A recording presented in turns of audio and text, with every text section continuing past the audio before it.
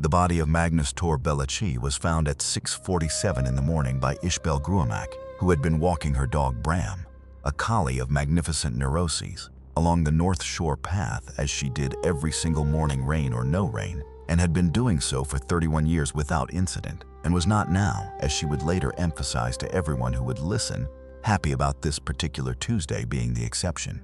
Ishbel had stopped because Bram had stopped. The collie was standing at the water's edge, 3 feet from the loch, rigid as a sundial, ears flat, staring at something in the shallow black water.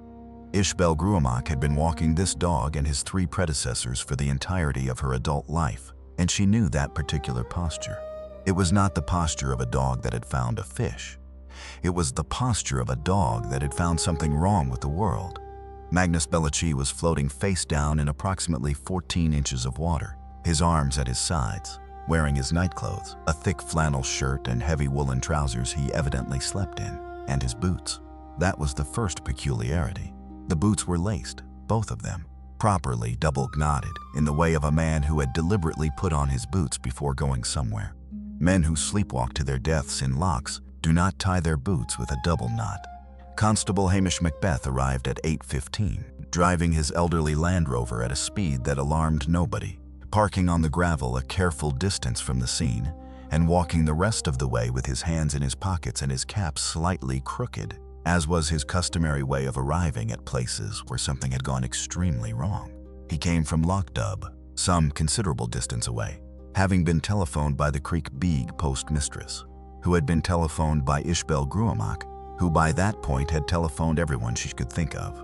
The body had been pulled from the loch by the time Hamish arrived, this done by 2 men from the smokehouse, Donald Ogg and his brother Achan, who had dragged Magnus onto the bank and covered him with a tarpaulin because it was beginning to drizzle and it seemed the decent thing to do. Hamish looked at this arrangement for a moment without expression, then very gently lifted the tarpaulin, crouched beside the body, and spent 4 silent minutes looking at Magnus Belici the way a man looks at something he isn't sure he understands yet. He noted the boots. He noted the direction of the body's travel in the water. It had drifted slightly northward, toward the deeper channel, which told him something about the current, and perhaps something about where it had entered. He noted, more quietly, that Magnus Belici's skin was not the color of a man who had been in that cold water all night. Then he went into the bothy. The bothy was a single rectangular room with a sleeping alcove separated by a curtain. There were 17 clocks on the walls, and Hamish counted them because he was that sort of man, and because counting clocks in a dead watchmaker's house felt like the sort of thing that might turn out to matter. Every clock read 8:22. They were all ticking. The room smelled of peat smoke and machine oil and something faintly chemical that Hamish could not immediately name. On the kitchen table, Hamish found the melting butter on its cold plate. He stared at this for a considerable time. The fire was out. The room was cold enough that his breath fogged. He touched the butter, gently with one finger, and it was soft. Not room temperature soft. Genuinely warm the way butter gets warm when you hold it in your hand. He found the piano wire stretched across the window.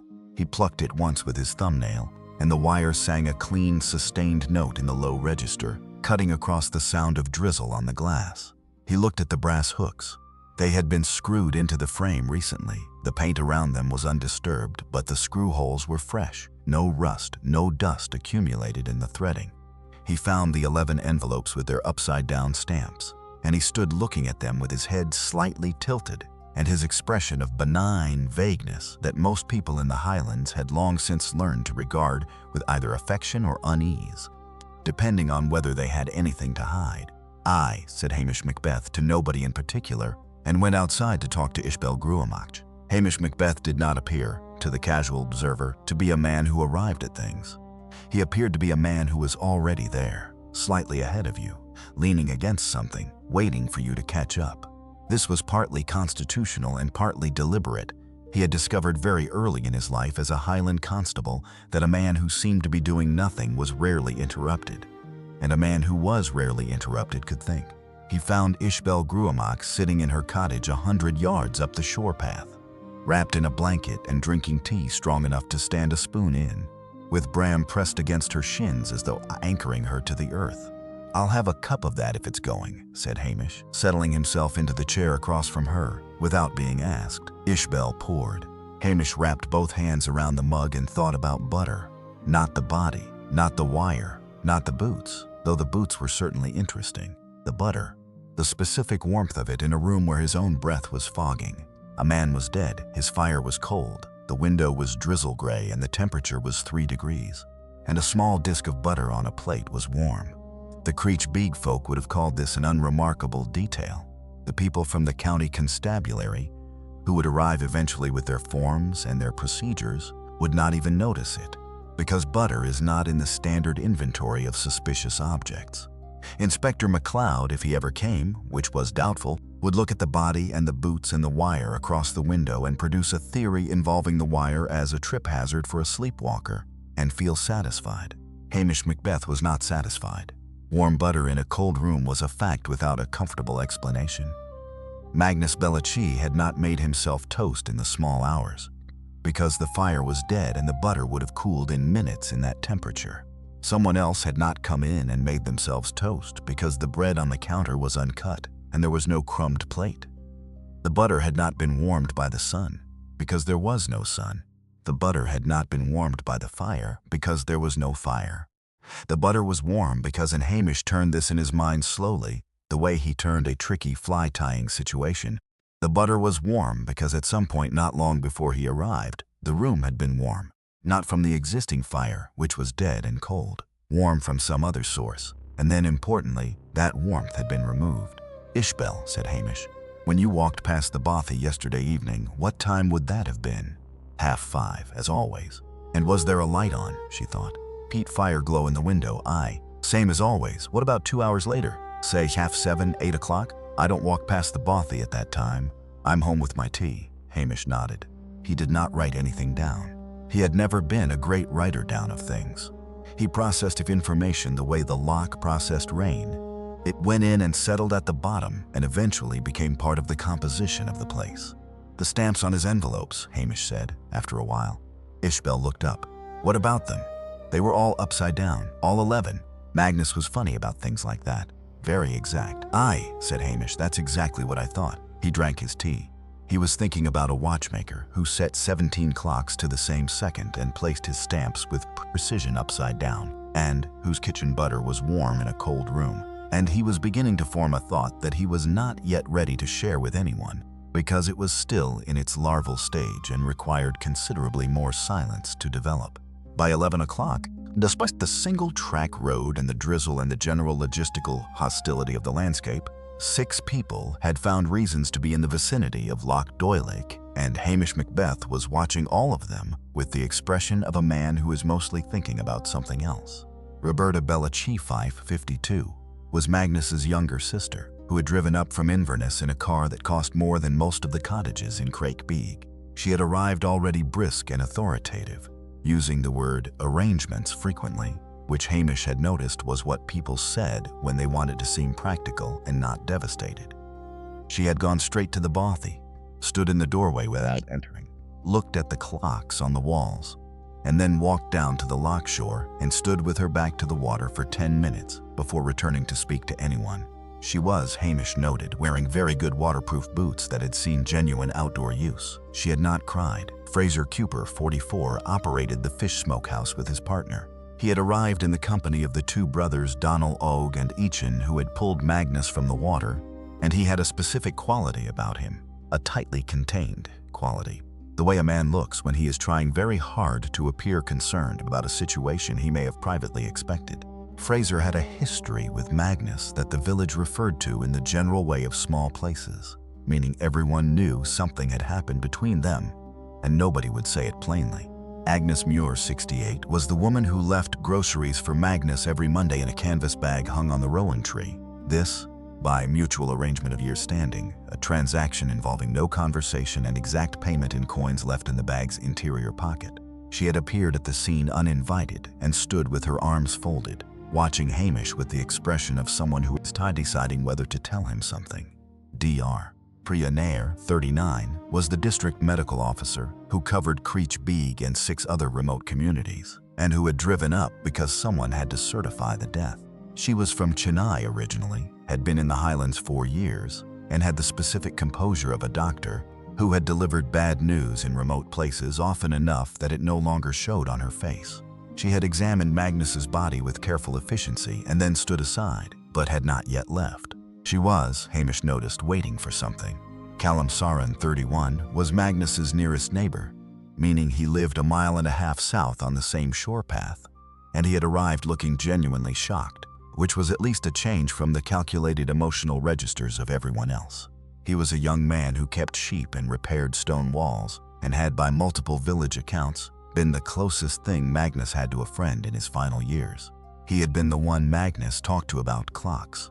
And finally, Donald Og Cooper, 52, Fraser's older brother, one of the men who had pulled Magnus from the water, who had said almost nothing and whose stillness Hamish found more interesting than any of the speech occurring around him. Hamish moved among them unhurriedly, saying very little, mostly asking after people's health and offering sympathetic noises about the weather. He had found, over the years, that this approach caused people to fill the silence with exactly the information they most wanted to conceal. Human beings, in his experience, were not designed for silence. Silence pressed on them like depth presses on a diver, and eventually the most pressurized thing surfaced: what he observed. Roberta did not look at the Bothy's clocks when she stood in the doorway. She looked at the window. Fraser Cooper's hands were steady, but he kept touching his left jacket pocket, not for his phone, because Hamish had seen him set his phone on the bonnet of his truck, but for something small and specific he was reassuring himself was still there.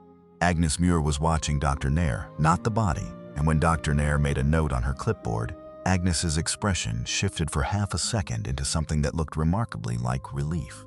Callum Saran, the young wall mender who had known Magnus best, was staring at the loch with raw, unguarded grief that Hamish trusted entirely, because it was the only emotion on the shore that had not been edited.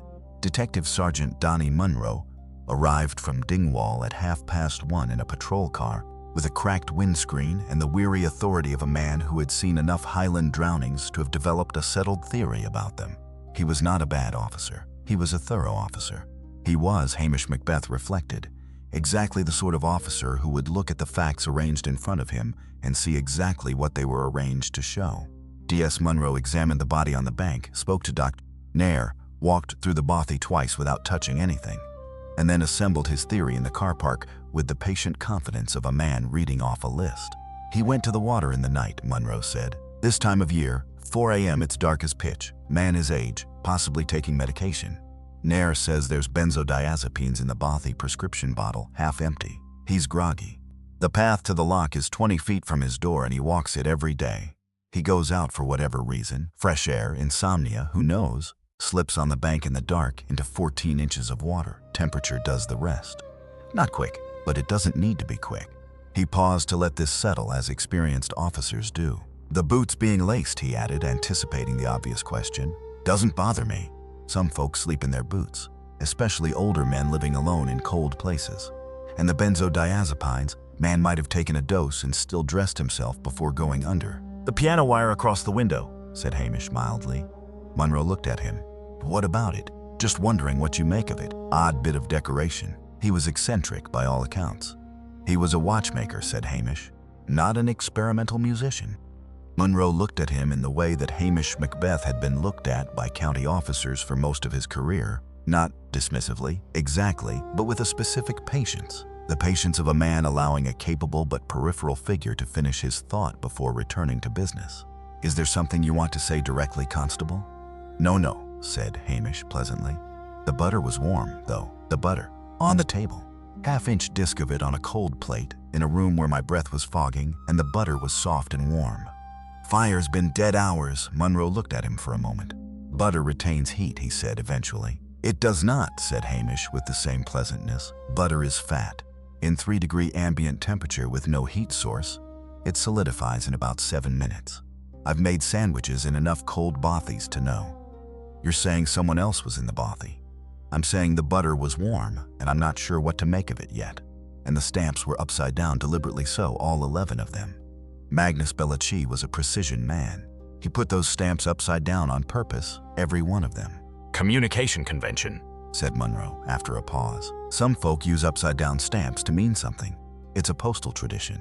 It's a Victorian tradition meaning I love you, said Hamish. Magnus Bellucci was not a romantic, or not in the conventional sense. D.S. Munro had his theory, and it was not a bad theory, and it would close the file in a way that was defensible and neat. Hamish understood this. The county had 17 other cases, and the fiscal had a waiting list, and Magnus Bellucci had been, by all local evidence, a man who lived alone and took benzodiazepines and walked near a cold loch in the dark. I'll be sending this up as an unexplained drowning pending toxicology, Munro said. Standard procedure. You can submit your notes as a supplementary. Aye, said Hamish. He put his hands back in his pockets. I might just stay another day or two, see how people are getting on. Munro looked at him. There's no accommodation in Creech Beag. Agnes Muir does a bed and breakfast. She hasn't advertised since 2003, but the room's still there. He wandered off before Munro could respond in the direction of the rowan tree with its fork where the grocery bags were left, and stood there a while looking at nothing in particular, which was, as anyone who knew him could have predicted, the beginning of everything. Hamish secured the room at Agnes Muir's by asking very gently and accepting a rate of £42 a night without negotiation. Agnes set a plate of oatcakes in front of him and sat down across the kitchen table in the manner of a woman who has decided to have a conversation on her own terms before someone else starts asking questions on theirs.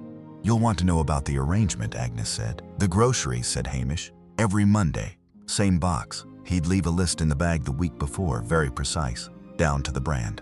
And the coins were always exact, counted out, never over. For 9 years. She paused. He was in Monday's bag. Hamish waited, his list. This past Monday. He'd put in his usual list, oats, butter, a tin of sardines, the specific tea, but at the bottom he'd written, cancel next week. I will be elsewhere. Hamish kept his expression neutral. Do you still have the list? Agnes produced it from her apron pocket, a small rectangle of paper in a neat, dense handwriting, and laid it on the table as though it were a legal document, which Hamish thought it might yet turn out to be. He read it twice.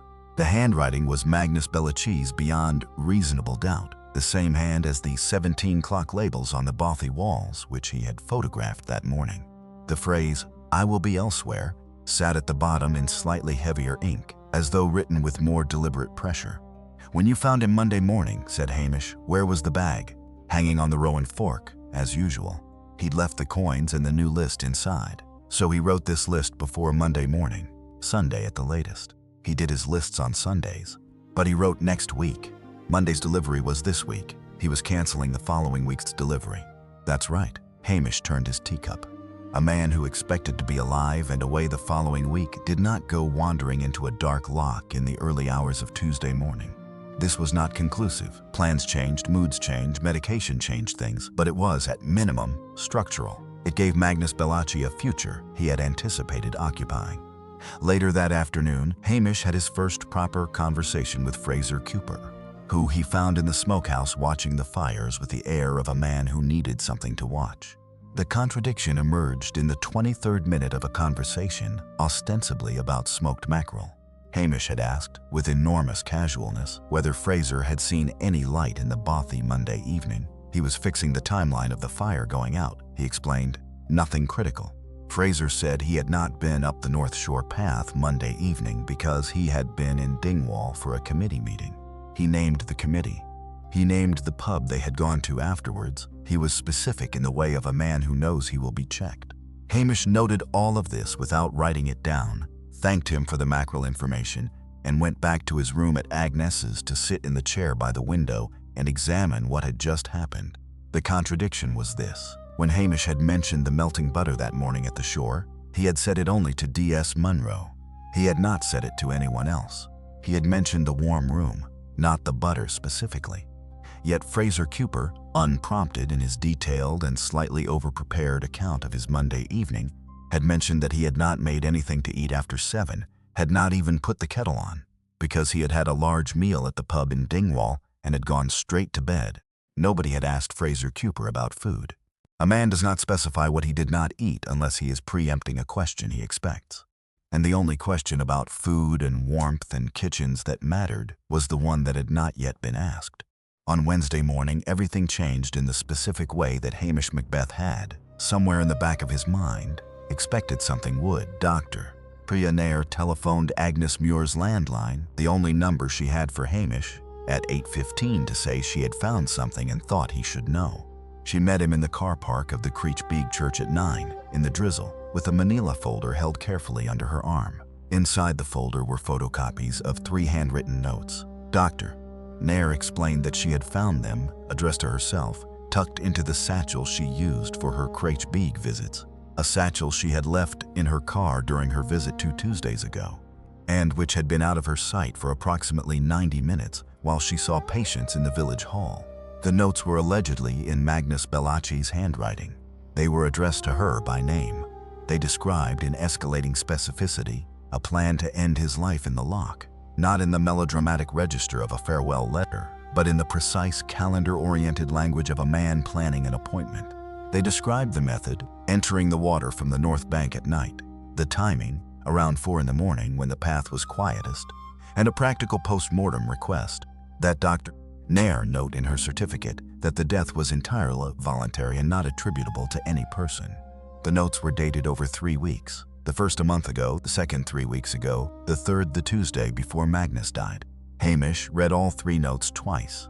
He looked at the handwriting for a long time. "You didn't mention these yesterday," he said. "I hadn't found them," said Dr. Nair. "I was using a different bag yesterday. I switched back to this one this morning." "When did you last use this one?" she thought. 2 weeks ago. My Creech Beag visit. So these notes were put in your satchel at some point in the last 2 weeks while the satchel was either in your car or your house. A pause. Yes. Hamish looked at the notes again. The handwriting was good. It was very good. It was, in fact, almost exactly Magnus Bellacci's handwriting. The same compressed letter forms. The same habit of crossing his sevens European style. The same characteristic that Hamish had noticed on the grocery list and the clock labels. Almost. The problem was the letter G. Magnus Bellacci's lowercase g, in every sample Hamish had gathered, had an open counter, the loop at the bottom left open like a C with a tail. The G's in the 3 suicide notes were closed, fully looped. The difference was small enough that it would not register to a casual reader comparing the handwriting. It would not register to D.S. Munro. It might not even register to a handwriting analyst in a hurry. But Magnus Bellacci had been a watchmaker for 35 years. A man who spent his professional life distinguishing between tolerances measured in fractions of a millimeter, did not write his letter G inconsistently. His G was open because it had always been open, because his hand had been trained to that specific economy of movement. There was no world in which Magnus Bellacci closed his G in a private note. Someone had studied Magnus Bellacci's handwriting carefully and produced a very convincing forgery. Not perfect. Close enough to work, if you were not the sort of person who noticed how a watchmaker moved his pen. "These notes are forgeries," said Hamish calmly. Dr. Nair looked at him. "They're very well done," he added, handing them back. "Whoever made them spent real time. But the G is wrong. The G's are closed and Magnus's never were." He paused. "I'd like you to keep these somewhere safe and not tell anyone I've said this if you can manage it. You think someone planted them in my bag. I think someone went to considerable trouble to construct an explanation for Magnus's death that closes the file. He looked out at the Loch, barely visible through the drizzle, black and still at the bottom of the hill. "And I think," he said quietly, "that they made a small mistake. The piano wire, the butter, the closed G's, 3 mistakes, each tiny, each by itself nothing. Together something else entirely." Hamish Macbeth's method of investigating a crime, had anyone been watching it with enough patience to understand it, would have looked to the casual observer like a prolonged social visit. He borrowed books from the village library. There was one shelf of paperbacks in the post office, optimistically labeled a library. He admired people's gardens. He accepted tea at 6 separate kitchens over the course of Wednesday and asked, in each kitchen, a series of questions that appeared to be about Magnus Bellacci as a person and were actually about the physical mechanics of his daily life. By Wednesday evening, he had established the following. Magnus Bellacci's 17 clocks were all electrical, not spring-wound. They were plugged into 2 extension cables running from a single power socket beside the door. This meant that all 17 clocks would lose power simultaneously if the plug at the socket was pulled, and would all restart simultaneously when power was restored, and, crucially, would all display the same time after restart, regardless of when that restart happened, if they had been reset before being unplugged. He had established this through a conversation with Callum Saran, the young wall mender who had visited the bothy regularly and who explained, when Hamish asked with apparent idle curiosity about the clockwork, was he a mechanical man or an electrical man? That Magnus had switched from mechanical to electrical clocks about a year and a half ago because the electrical ones were easier to synchronize. He liked them all showing the same moment. He found it calming. From Agnes Muir, over scones on Wednesday afternoon, Hamish established that the bothy had secondary heating, a small electric convector heater under the kitchen table, one of those old orange ones from the 1970s which Magnus had used in addition to the peat fire on very cold nights. Agnes had seen it when she occasionally delivered groceries to the door directly in bad weather. The convector heater was significant for the following reason. If someone had been inside the bothy, they could have run the convector heater in the absence of the peat fire, explaining the warmth of the butter in a cold room. And when they left, they turned it off. The room was already returning to ambient temperature by the time Hamish arrived. The butter, caught between its warmed state and the cold air, was still soft. From Donald Og Cooper, Magnus's other occasional contact, Hamish learned, with some careful archaeology of phrasing, that Magnus had been in Edinburgh 3 weeks ago, not for a long visit, 2 nights. He had asked Donald Og to check the bothy while he was gone, make sure nothing froze, which Donald Og had done without curiosity. Edinburgh 3 weeks ago, the same period in which the forged suicide notes were allegedly written. And from Roberta Bellachie Fife, who came to Agnes Muir's on Wednesday evening and sat with an untouched cup of tea and the look of a woman who had made a decision, Hamish learned the thing he had been waiting for someone to tell him since Tuesday morning. Magnus left me a voicemail, said Roberta. Monday evening, 6:42 p.m. I know because I checked the time when I saw I'd missed the call. Hamish waited. He said he was going away for a few days. He mentioned a name, Alistair Fern. He said, I've got the meeting with Alistair Fern sorted. It's happening Thursday. He sounded normal. He sounded like Magnus. And you didn't mention this to D.S. Munro, said Hamish. No, why not? Roberta looked at her tea. Because I didn't know what it meant. And because if Magnus was going somewhere, if he was alive Monday night and planning to be alive Thursday, she stopped. It means whoever went into that water wasn't going in on his own terms. Alistair Fern, said Hamish. Do you know who that is? He was Magnus's business partner in Edinburgh 30 years ago. They had a falling out. Magnus never spoke of him. Hamish nodded. He said nothing for a moment, in the comfortable way of a man arranging furniture in his head. A meeting on Thursday, he said. But Magnus was found Tuesday morning. Yes, said Roberta. On Wednesday night, someone broke into the bothy. Or, more accurately, someone entered the bothy through the window that faced the loch, the same window where the piano wire had been strung, though the wire itself had been removed, presumably by whoever had come back for it, and went through Magnus's belongings with enough care that they left no obvious disorder, and enough haste that they left 2 things behind. Hamish discovered the break-in Thursday morning, when he went back to the bothy for a second examination. He had asked D.S. Munro for the key, which Munro had produced reluctantly, and he found that the loch-facing window had been gently forced. The old wooden latch had been lifted from outside using something thin, a blade or a strong wire, a technique that required familiarity with old Highland window architecture and a steady hand. The 2 things left behind were as follows. First, under the kitchen table, beside the old convector heater which Hamish had not touched, was a small smear of dried wax on the flagstone floor. Black wax. The kind produced by a specific sort of waterproof thread sealant used by boat chandlers and some outdoor equipment manufacturers. A tiny, thoughtless scuff. The mark of someone who had been here and had something in their pocket that left a trace. Second, behind the single photograph on the mantelpiece, a picture of Magnus at his Edinburgh watchmaker's bench, younger and thinner, there was a small folded paper that had been slipped between the photograph and its frame. Not there before. Hamish was certain it had not been there before because he had examined every surface in the bothy on Tuesday morning, including behind the photograph. The paper was a printed receipt, a hotel receipt from Edinburgh, dated 3 weeks ago, 2 nights, the same trip Donald Og had confirmed. The hotel was called the Canongate Residence. The name on the receipt was not Magnus Bellachie, it was Alistair Fern. Hamish stood in the cold bothy for a long time, holding the receipt in his gloved hand, thinking about what someone had been looking for when they came back in the night. They had come back for something, clearly, and they had found what they were looking for, which meant that whatever they had come to retrieve was gone. But they had left this receipt behind, not intentionally. It had slipped from a pocket and slid behind the photograph unnoticed. The receipt suggested Magnus and Alistair Fern had been in Edinburgh at the same time, the same hotel, which rewrote the 48 hours before Magnus's death entirely. That afternoon, D.S. Munro rang to say that the preliminary toxicology had come back. There was a therapeutic dose of benzodiazepine in Magnus's blood, consistent with his prescription and a normal evening dose, nothing unusual. Munro sounded, to Hamish's ear, slightly more satisfied than was warranted. "I'm ringing this up as an unexplained drowning pending the full tox," Munro said. "There was a break-in at the Bothy last night," said Hamish. A pause. "Opportunistic. Word gets out a man's died, someone goes in for the electrics or the clock radios. They took nothing. I've checked. Then they found nothing worth taking. Or they found what they came for," said Hamish gently. After Munro rang off, Hamish sat in Agnes Muir's kitchen with the receipt in a clear evidence bag on the table in front of him and thought about the broken theory. The suicide notes were forgeries. The break-in meant someone knew that the Bothy still contained something dangerous to them. The receipt placed Alistair Fern in Edinburgh with Magnus 3 weeks before the death.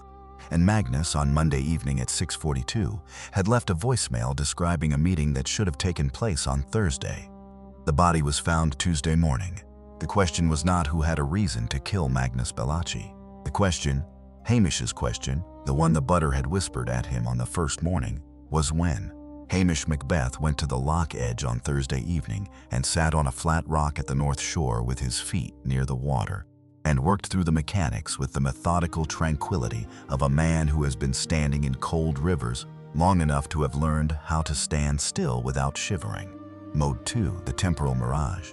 The killer has a flawless alibi during the perceived time of death because they manipulated the physical crime scene, clocks, ice, timers, pre-recorded sounds, to fake the timestamp.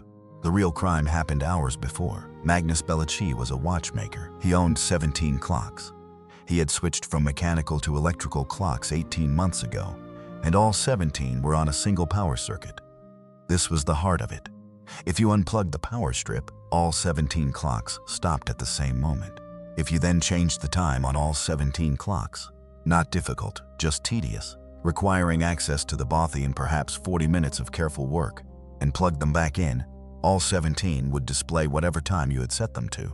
The Bothy would contain 17 identical, ticking, plausible clocks all reading a time of your choosing. Magnus's clocks had all read 8:22 when Hamish arrived at 8:15. He had noted this, the clocks being 7 minutes ahead of his own watch, which he had checked against the Dingwall station clock that morning. This discrepancy, tiny and easy to dismiss as the ordinary drift of clocks, was, if you set the clock slightly fast deliberately, a small hedge against someone checking the time too precisely.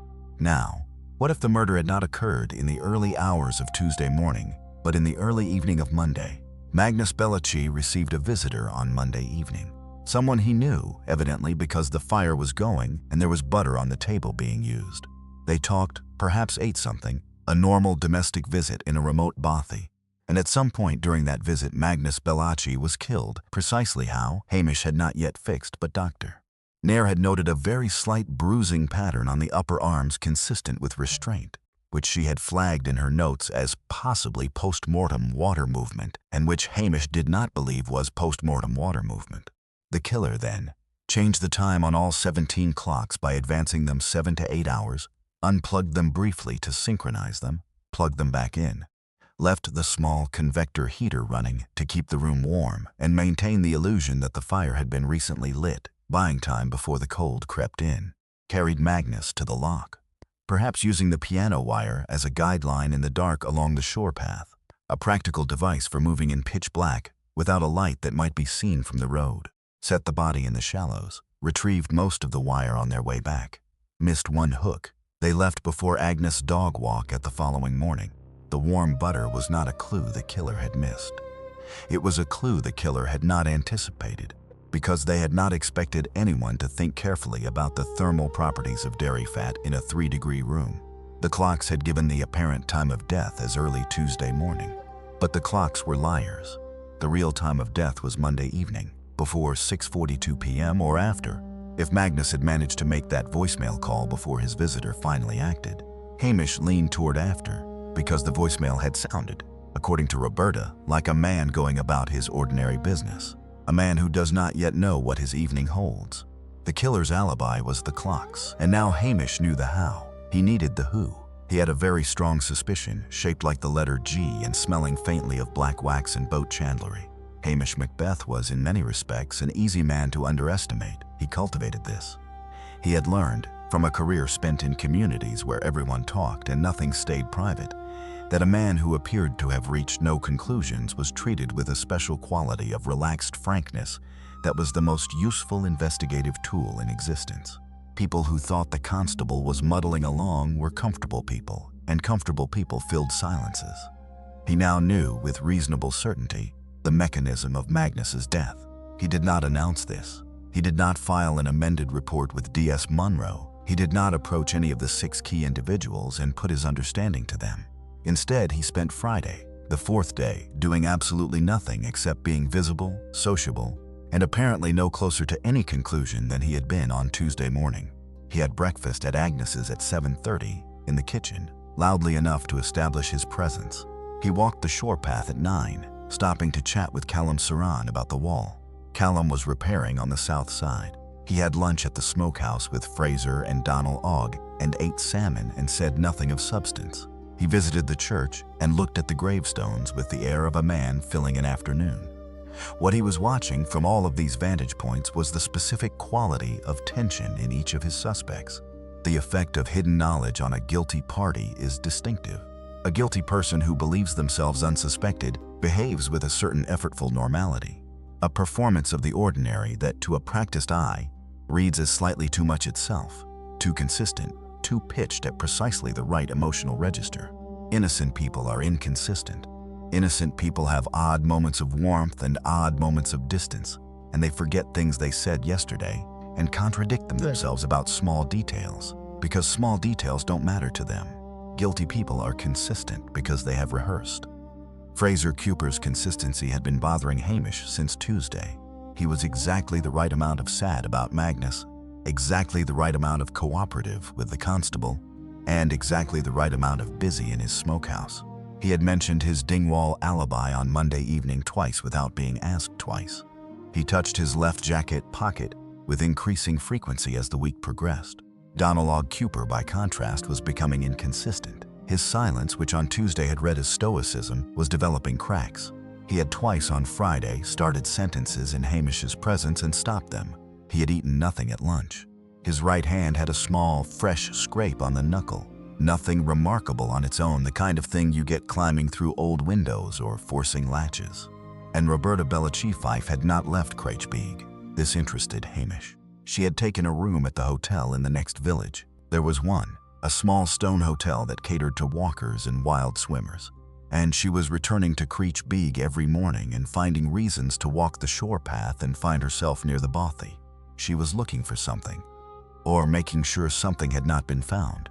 Agnes Muir, meanwhile, had become quieter and more watchful, which in a naturally quiet and watchful woman was a notable change. She had stopped asking Hamish questions about the investigation, which she had been doing openly up until Wednesday.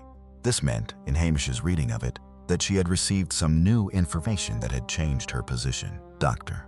Priya Nair had returned on Friday for what she said was a follow-up visit to the village. She stopped at Agnes's for tea. She and Hamish sat in Agnes's front room and talked about nothing in particular, and when she left, she pressed a small folded note into Hamish's hand without making it visible to Agnes, who was in the kitchen, and said quietly, "I looked at the bruise pattern again." The note said, "The bruising on the upper arms is consistent with grip marks from a person standing behind the victim. The finger spacing suggests large hands. I cannot include this in my certificate without more evidence, but I wanted you to know." Hamish folded the note into his breast pocket.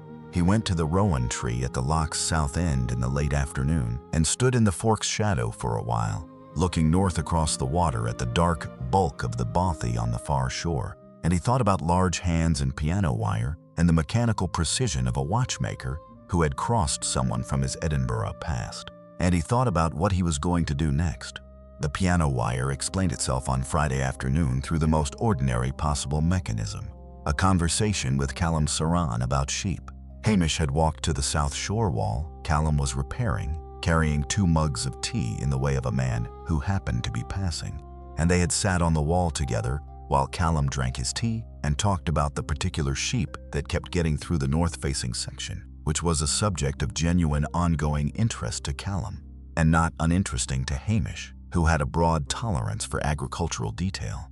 Magnus used to help with the wire fencing, Callum said at one point, with the tangential association of someone whose thoughts keep returning to a loss. He was good with wire, which you'd expect. Watchmaking, it's all small, precise work with metal. What kind of wire did he use? Piano wire, mostly. He had reels of it from his workshop days. It's brilliant for fencing when you don't need great tensile strength. Light holds a tune in the wind, keeps the sheep honest. He said it with a slight, involuntary smile at the last phrase. Keeps the sheep honest was apparently a Callum expression, and then the smile faded as the associations caught up with him. Hamish set down his mug. Keeps the sheep honest. The wire makes a sound when an animal pushes against it. Aye, that's the idea. It hums. You hear it from 30 yards, easily. Better than bells.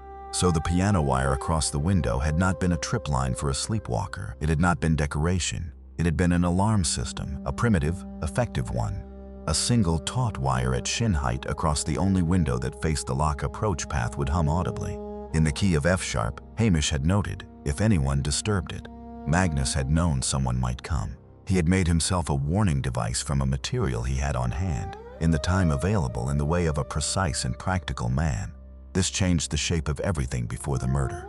Magnus had known, perhaps not immediately, but in the days before, that he was at risk. He had written cancel next week. I will be elsewhere in his grocery list, not as a casual note but as a contingency. He had set his alarm wire. He had left his voicemail for Roberta naming Alistair Fern, perhaps as a record in case it was needed. He had made his plans for Thursday, but the alarm had failed him. Not because the wire had not worked. It would have worked. It would have hummed. But because his visitor had not come through the window. They had come through the front door. They had knocked. Magnus, practical and watchful, but not paranoid enough to barricade his front door against someone he may have partly trusted, or felt he had to face, had opened it, and the wire across the window had hummed for no one. The stamps now, the 11 upside-down stamps. Hamish sat with this on the wall and watched the Loch darken toward evening. A watchmaker who did nothing by accident, affixing every one of 11 stamps upside down. Not a Victorian declaration of love. Hamish had been certain of that from the start. Something else. Something in the tradition of a precise man who left information in codes he expected someone attentive to find. He thought about this for the walk back to Agnes's.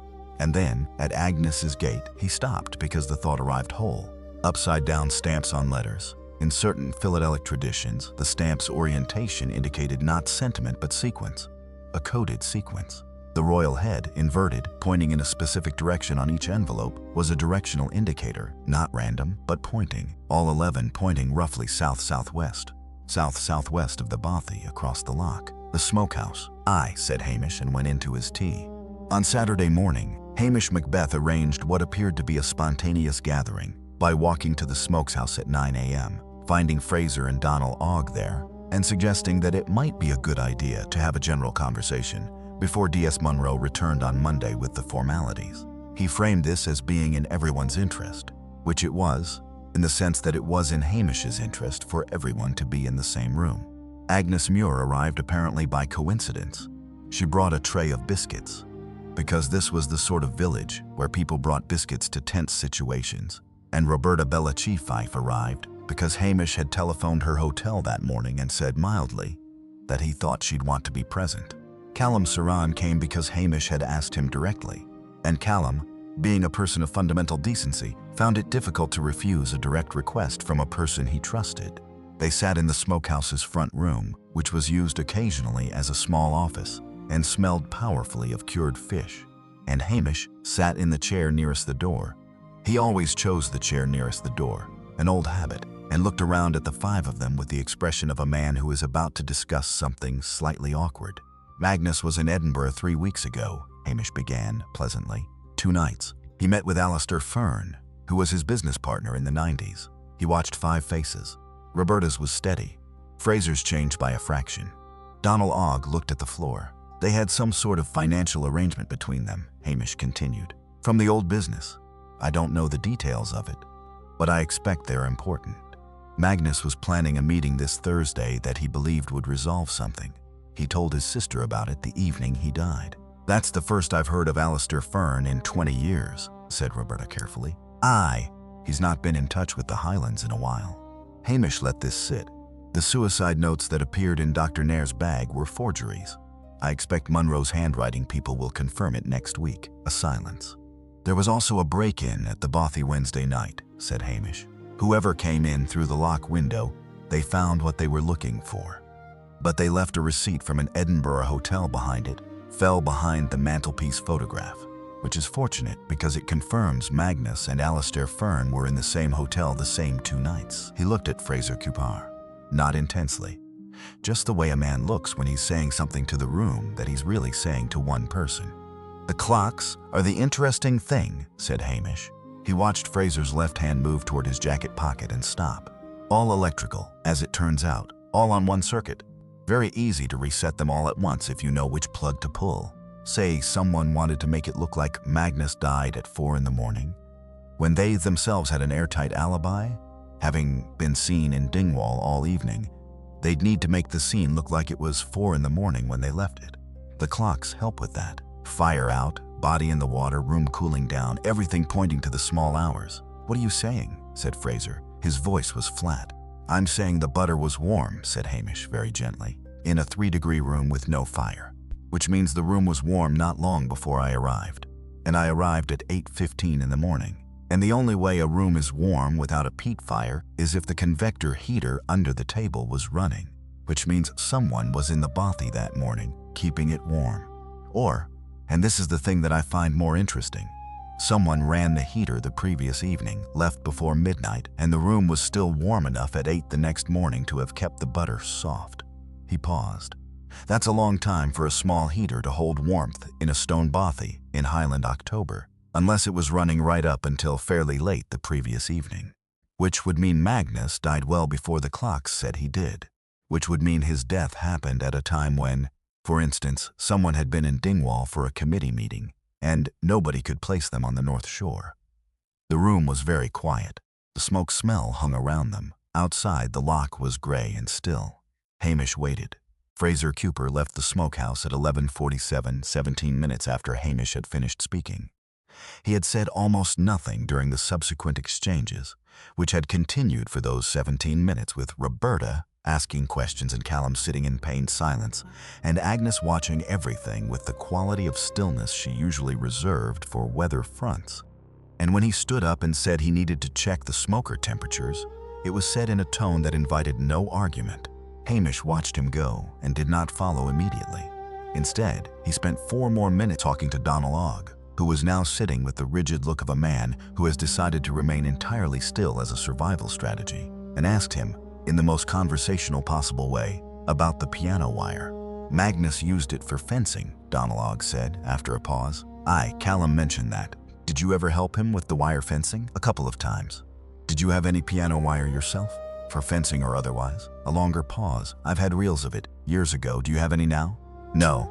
I used the last of it." "When was that?" Loch's hands, which had been resting on his thighs, tightened almost imperceptibly. "I can't remember exactly." Hamish nodded amiably and excused himself. He went around the back of the smokehouse rather than through it, following the path between the building and the peat store, and came out on the far side where the equipment yard met the loch shore. Fraser Cupar was not checking the smoker temperatures. He was standing at the loch edge and he was on his phone. He was making a call, not receiving one. He had his back to the water, and he was speaking quickly, too quietly for Hamish to hear at this distance, with the specific body language of a man who is telling someone that the situation has changed, and they need to act accordingly. The call lasted 90 seconds. Fraser hung up, stood very still for a moment looking at the water, and then took something from his left jacket pocket, the pocket he had been touching all week, and held it in his palm. Hamish was 30 yards away, at the corner of the peat store. He could not see what was in Fraser's hand clearly, but the afternoon light caught something metallic and small. Fraser stared at it for a moment with the expression of a man making a decision. Then he drew his arm back and threw it into the loch. Hamish watched the small splash. Counted, 20 feet out approximately, at a depth that would be 4 feet at that point in the shore's profile. He walked forward, Fraser heard the footsteps on the gravel and turned, and his face did the specific thing that faces do when a person realizes that the worst possible timing has occurred. Not guilt, exactly, but the instantaneous collapse of a strategy. They looked at each other. "How long have you been standing there?" said Fraser. "Long enough," said Hamish pleasantly. "What was that?" "A key, mine." "To what?" Fraser said nothing. "I'll need to have someone go in for it," said Hamish. "The lock's cold enough to be unpleasant, but it's only 4 feet deep there. What does it open?" Fraser looked at him for a long time. The expression of a man who has had a plan for the whole week and has just watched the plan go into 4 feet of lock water along with the key. He was not, in Hamish's assessment, a stupid man. He was a man who had made one serious error and had been very careful about everything else. And now the very careful architecture of everything else was beginning to require too much maintenance. "There's a storage unit," said Fraser finally. "Inverness, documents, old correspondence between my brother and Alistair Fern and Magnus. I was going to get rid of them. Before or after D.S. Munro closed the file?" Another long silence. The lock moved quietly around them. A heron stood motionless in the shallows, 20 yards north, indifferent and ancient. "Your brother made the phone calls," said Hamish gently. "Didn't he?" Fraser Cooper sat down on the bank as though his legs had made the decision independently of the rest of him. "Aye," he said. Hamish Macbeth did not arrest Fraser Cooper. He did not at this stage arrest Donald Og Cooper. He did not telephone D.S. Munro. He sat down on the lock bank beside Fraser and looked at the water for a while and let the man talk, because Fraser Cooper was at the point. Hamish knew this point well, where the only relief available was speech. What Fraser said, haltingly and without confession to anything directly criminal, was enough to reshape the last 3 years of Creech Beag's history. Magnus Bellacci had returned to Crich Beag 3 years ago because of Alistair Fern, not to hide from him, to confront him. In Edinburgh in the 90s, the two men had run a small precision instrument company together. The company had been dissolved in a bankruptcy that Magnus had, at the time, believed was genuine. He had returned to Crich Beag with nothing, built his life back over 30 years, and in his late 50s had come across something. Fraser did not know exactly what. A document, a conversation, a discovered financial record that suggested the bankruptcy had been staged. That Fern had walked away with the assets and left Magnus to absorb the collapse. Magnus had come back to gather evidence before confronting Fern legally. The Edinburgh meeting had been a negotiation or an ultimatum. Donald Og had known Fern. They had met through the salmon industry a decade ago and had maintained a distant but financially useful connection. When Fern had telephoned Donald Og 2 weeks before Magnus's death and explained that Magnus was gathering documents and intended to pursue a legal case, Donald Og had, Fraser's voice was very flat here, very controlled, decided to help Fern. He thought Fern would pay him, said Fraser. He thought it would be discreet. He thought he stopped. He didn't think Magnus would be hurt. He thought the documents could be retrieved. But Magnus wouldn't hand them over. Magnus wouldn't hand them over. The rest, Fraser had pieced together from his brother's behavior in the last week and what he had found in Donald Og's workshop. Reels of piano wire, recently depleted. A roll of black wax, thread sealant. A printout of handwriting samples. Donald Og had not gone to Dingwall on Monday evening. Fraser had gone to Dingwall on Monday evening. Donald Og had used his brother's name, his brother's membership of the committee, and the knowledge that Fraser had genuinely attended several previous meetings to construct the alibi. It had been a construction of proximity and assumed confusion in a small community where the two brothers were perpetually conflated and had attended the same inns for decades. The distinction between which one was present on any specific evening was genuinely difficult to establish. Fraser had not known what his brother had done until Wednesday morning, when Donald Og had asked him to cover for a meeting date that Fraser himself had not been to. And then he had known. "And you threw the storage key in the lock because the documents include things that implicate you," said Hamish. Fraser was very still. "Not in the way you mean." "What way, then?" "There are letters from me to Fern, from 12 years ago, asking for a loan when the smokehouse was going under. He helped. I didn't know at the time what money it was or where it came from." He looked at his hands. "I should have asked. I didn't ask." Hamish absorbed this. "I need you to tell me everything you just told me in a formal statement. And I need you to take me to the storage unit in Inverness." "If I do that," said Fraser, "it goes where it goes." "Aye," said Hamish. "It does." Fraser sat for another moment. Then he stood up and with the movement came the particular quality of a person who has been carrying something very heavy for a very long time and has finally, with considerable ambivalence, set it down. "I'll need to make arrangements for the smoker," he said. "Of course," said Hamish. "Take your time." Hamish Macbeth presented his reconstruction not in a dramatic drawing room or a formal constabulary office, but in the back room of Agnes Muir's kitchen, with a pot of tea in the center of the table and 5 people seated around it, on Sunday morning, in the grey Highland light. He had telephoned D.S. Munro the previous evening. Munro was on his way. This was, Hamish had explained to all present, a courtesy conversation before the formal process began, and everyone was free to say nothing and wait for the formal process if they preferred. Nobody preferred. He began with the structural mechanics. Magnus Bellachie died on Monday evening, between approximately 7 and 9 p.m. on the north shore of Loch Doillich within 50 yards of his bothy. He did not drown accidentally. He was killed, most likely through asphyxiation. The bruise pattern on his arms indicates he was held from behind. His body was placed in the loch shallows and positioned to look as though he had walked in during the night. He paused, poured tea for the room, and continued. The clocks were the central mechanism, all 17 of them electrical on a single circuit.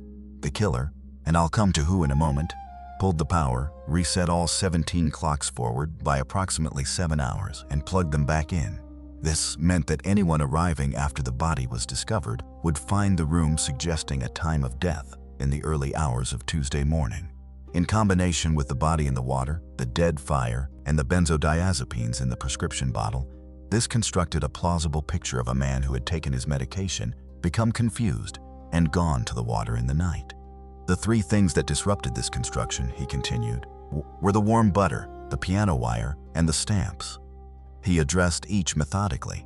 The butter was warm because the convector heater under the kitchen table had been running during the evening of the murder, in the absence of the peat fire, perhaps because the killer lit no fire and the room was cold. The heater was turned off when the killer left, but the butter had been warm during the evening and had not yet fully cooled when I arrived the following morning.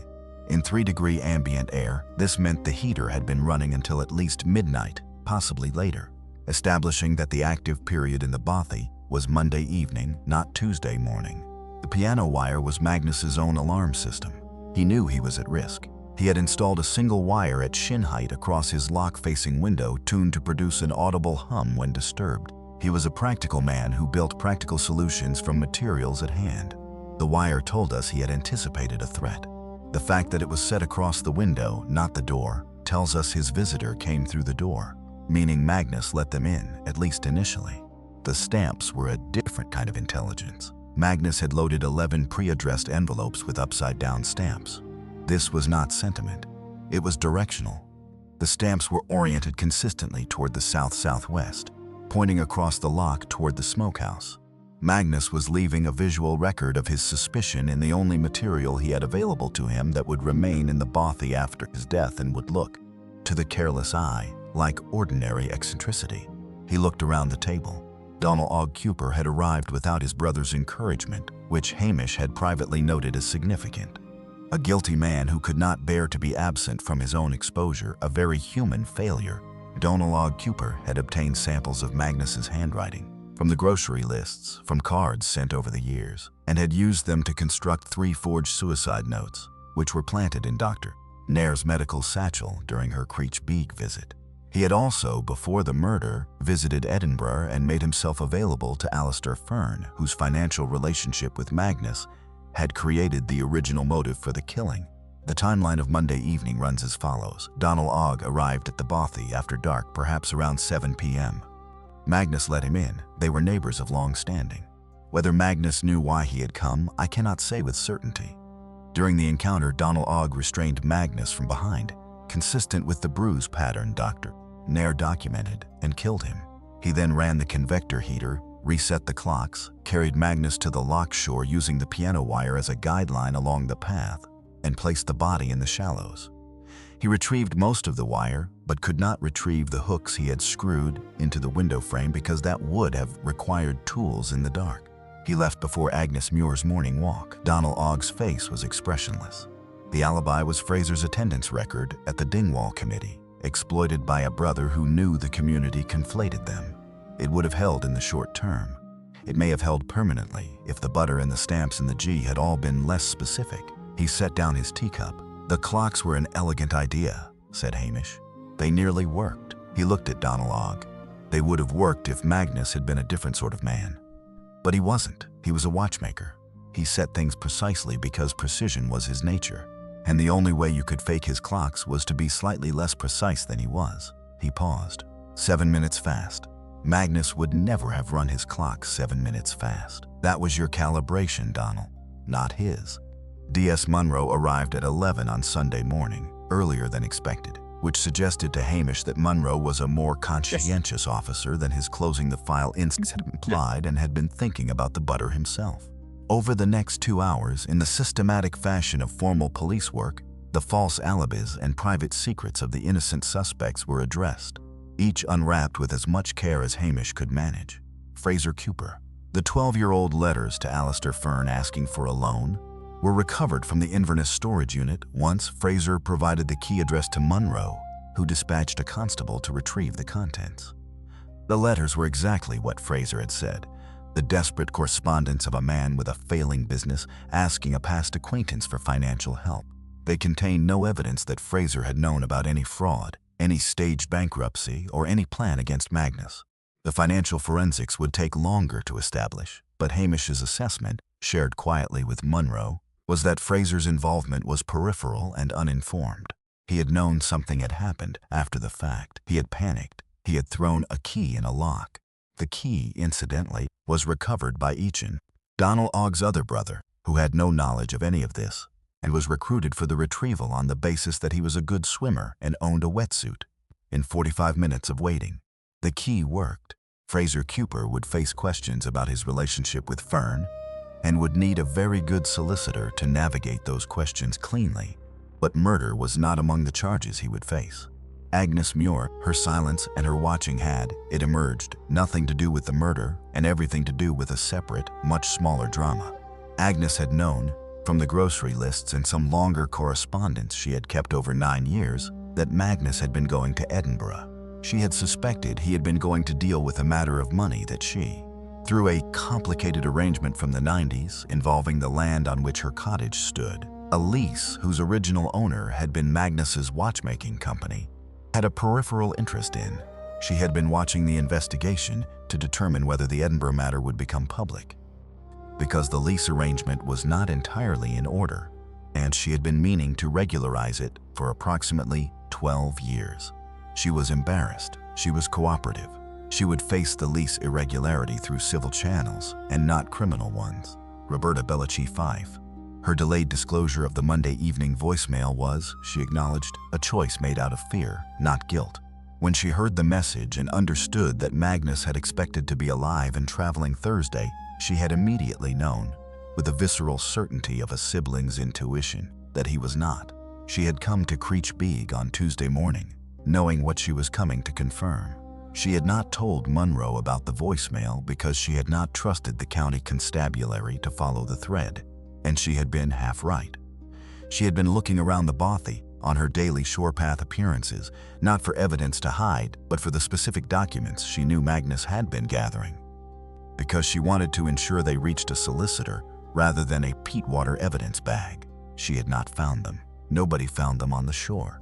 Munro's team eventually found them behind a loose stone in the bothy's east wall, sealed in wax cloth, with a note in Magnus's handwriting, for Roberta in case, upside-down stamp on the note, pointing at the wall. Callum Saran.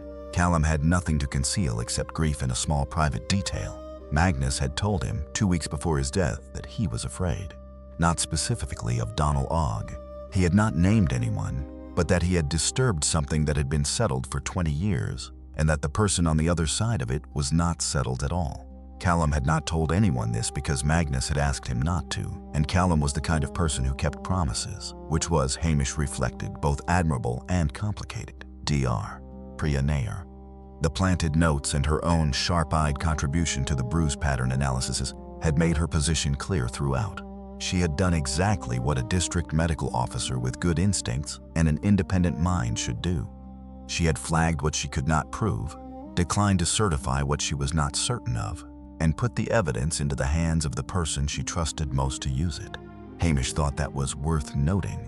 Donald Og Cooper was taken to Dingwall Police Station on Sunday afternoon in D.S. Munro's car, with his hands in his lap and his face composed and his silence complete. He had said nothing since Hamish's reconstruction.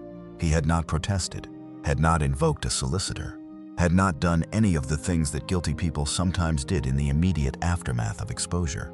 He had simply gone very still and remained still, as though the decision to remain motionless was the last autonomous act available to him. Hamish watched the car go and stood in Agnes Muir's lane for a while in the drizzle. He had arrested enough people in enough small communities to know the specific quality of this aftermath. The village would close around the event like water closing over a stone. The story would be told and retold over winters, gaining the patina that local events acquire when they become legend, smoothed of their rougher edges, simplified into a shape that could be held in the mind on long evenings. The truth, which was complicated and long and involved 40-year-old financial instruments and a man's precision with wire and a small disk of warm butter, would compress over time into its dramatic core. The dramatic core was this: Donald Og Cooper had killed his neighbor of 20 years for money he was promised by a man in Edinburgh who had not yet paid it. Alistair Fern, who would be located in Edinburgh within 48 hours, and who would spend the subsequent period with solicitors and increasingly urgent accountants, had arranged for Magnus Bellachie's removal in the same spirit in which he had arranged the staged bankruptcy 30 years earlier, as a problem of balance sheets. Magnus had been, from Fern's perspective, a figure on a ledger whose continued existence represented a liability. Donald Og had been, from Fern's perspective, a useful instrument. The fee, Fern's records would eventually show this, buried in offshore company notations that forensic accountants would spend 4 months untangling, was £180,000, deposited in a Manx account not yet accessed. £180,000 for a man who set 17 clocks to the same second and communicated with his village through a rowan tree and made alarm systems out of piano wire, and could not, in the end, be protected by any of his careful preparations against the one contingency that defeated them all. That someone he had known for 20 years, someone he had helped with fence wire and early lambs and the practical small kindnesses of a Highland neighborhood, would stand behind him and act as a stranger. Hamish had no appetite for the drama of reckoning. He did not find moral satisfaction in arrests. What he found, in the quiet after the car had gone, was the complicated feeling that lived in him after every case in these communities. A feeling that had no name in English, though the Gaelic tradition had several words for things that exist at the intersection of grief and resignation, and a particular quality of love for the world's difficulty. He thought about Magnus Bellachie's 17 clocks, all reading the same second, the labor of that, the obsessive care of it, the watchmaker's need to make time agree with itself, to impose consistency on a universe that did not naturally offer it. He thought about the warm butter. He thought about 11 stamps pointing at a man who helped him with his fence. Precision could do many things. It could synchronize clocks and cut wire to a tuned note and place stamps at exact angles with deliberate purpose. What it could not do, and this was the particular weight of Magnus Bellachie's story, was make the world as exact as you were. You could be as precise as you wished. The people around you remained approximate. Callum Sauron, who had kept his promise and felt terrible about it, would take a long time to reconcile himself to the question of whether keeping it had contributed to anything. Hamish, who had opinions about this, chose not to share them. There are questions a person has to work through at their own pace, and the working through is part of what they become, and a constable who offers easy answers to hard questions is not doing his job. Alistair Fern would face a civil case for the fraudulent bankruptcy and a criminal investigation for conspiracy in Magnus's death. The law, as it moved, would produce some result. Hamish had modest expectations of what result, and was at peace with his modesty. Roberta Bellachie Fife received her brother's documents from the evidence team 6 weeks later, properly processed, with a letter from the fiscal's office. She read them in an Inverness solicitor's office. She was told that the case for recovering the assets from the staged bankruptcy, after 30 years, was extremely complicated and might take years. She said she understood. She also said, and this, relayed through the solicitor to Munro, who mentioned it to Hamish in passing, that she had found, in the sealed package, a second small note from Magnus. Not about the Edinburgh business, about the clocks. It said, I know you thought I was odd about the time. I just couldn't stand the way it disagreed with itself. I fixed it for 30 years. That's enough." Underneath, a postscript in lighter ink. The stamps point home. Hamish read this in the locked-up constabulary, sitting alone, and was quiet for a long while. Hamish Macbeth drove back to Lockdub on Monday morning through the kind of Highland morning that seems designed to make you forget that anything dark has recently happened in the world. The sky was a specific deep blue that only appears in October in the north, a blue so far back it seemed to have depth, as though there were more sky behind the sky. The hills were the color of rust and copper. The single-track road flooded in one section, as it always did, and he drove through it slowly without fuss. He had been in Creech Beag for 6 days. He had not filed more paperwork than was strictly necessary, which was his habit and the source of ongoing mild exasperation to the county administration. He had borrowed 2 paperbacks from the post office library and returned 1. He had eaten an impressive quantity of Agnes Muir's oatcakes. He had found a watchmaker who died because a man he had once trusted chose to remain a stranger. The Highlands did this. This was, in Hamish's experience, the specific character of small and remote places. They compressed human nature. In a city, the full range of what people were capable of generosity and greed and love and cruelty and the strange gray zone where all 4 existed simultaneously, was distributed across millions of people and so became abstract, statistical, survivable as a general condition. In a village of 41, the same range had nowhere to spread. It sat in the same rooms and ate at the same tables and walked the same shore paths and eventually, under enough pressure, declared itself. He thought about clocks. He thought, in the way he often did on long drives back from places, about what made a particular crime possible, not the mechanics of it which he had worked through and which would occupy the fiscal's office for months, but the prior condition.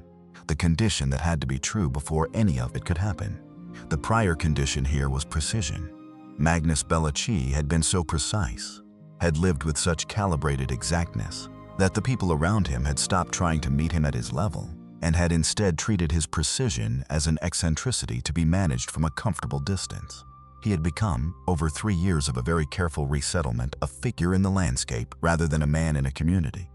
Agnes brought his groceries to a tree. Callum mended his fences. The others noted him as one notes the particular shape of a hill. Present, familiar, not engaged. That distance had given Donald Og Cooper room to become a stranger. And strangers, in Hamish's experience, were the most dangerous people in small places, because everyone assumed you couldn't become a stranger to someone you'd known for 20 years. You could. It was a daily decision, mostly unconscious, to remain a person to another person. Stop making it and the distance opened quietly, like a lock closing over a stone. He passed the turning to Strathoikel and watched the river for a moment, wide and amber pale in the morning light. The piano wire would stay in his mind, not as evidence that was filed, catalogued, gone into the system's long digestion, as an image. A man who had anticipated his own danger and built, from the materials of an ordinary watchmaker's workshop, a small singing alarm. A wire tuned to F-sharp stretched across the dark water-facing window of his last home, waiting to tell him someone was coming. It had never sounded for him. Or perhaps it had. Perhaps he had heard it and opened the door anyway, because he was a man of precision who had made a calculation, and the calculation had told him there was no other option. You could not, from a peat cutter's bothy on a flooded Highland road, outrun a man who had a plan and no conscience and was already through the door. What you could do was leave 11 stamps upside down and hope someone in the village knew what you meant. Hope that the detective who arrived was, by temperament, the sort of man who noticed warm butter. Hamish Macbeth was, in this respect, exactly the sort of man. He had been told so, obliquely, by 3 different people over the course of the week, and he had accepted each oblique compliment in the same way he accepted most things, with a slight smile and a return to the nearest window, as though the real answer was outside in the gray weather, waiting to be found. The Lockdub police station came into view around the last bend. His cat Lugs was sitting on the wall in the weak October sun, performing his speciality of appearing to have been there since time immemorial and expecting no explanation. Hamish parked. He sat in the car for a moment. He thought about Magnus Bellachie's 17 clocks, all reading the same second, all agreeing with each other in their cold room on the north shore of a loch that had no signpost. He thought, a man who spends his life making time agree with itself is a man who cannot tolerate the world, its tendency to drift and contradict and fail to align. And in the end, the world had not aligned for Magnus, had slipped in the one direction his precision could not account for. And here was Hamish Macbeth driving back through the blue October morning, having done what he could, which was to find where the slippage had started and give it a name. That was the work. It did not fix anything. It named things, and naming things was, in Hamish's experience of this particular stretch of the world, often the closest you could come to justice. He got out of the car. Luggs regarded him without expression, which was his standard expression for everything. "Aye," said Hamish and went inside.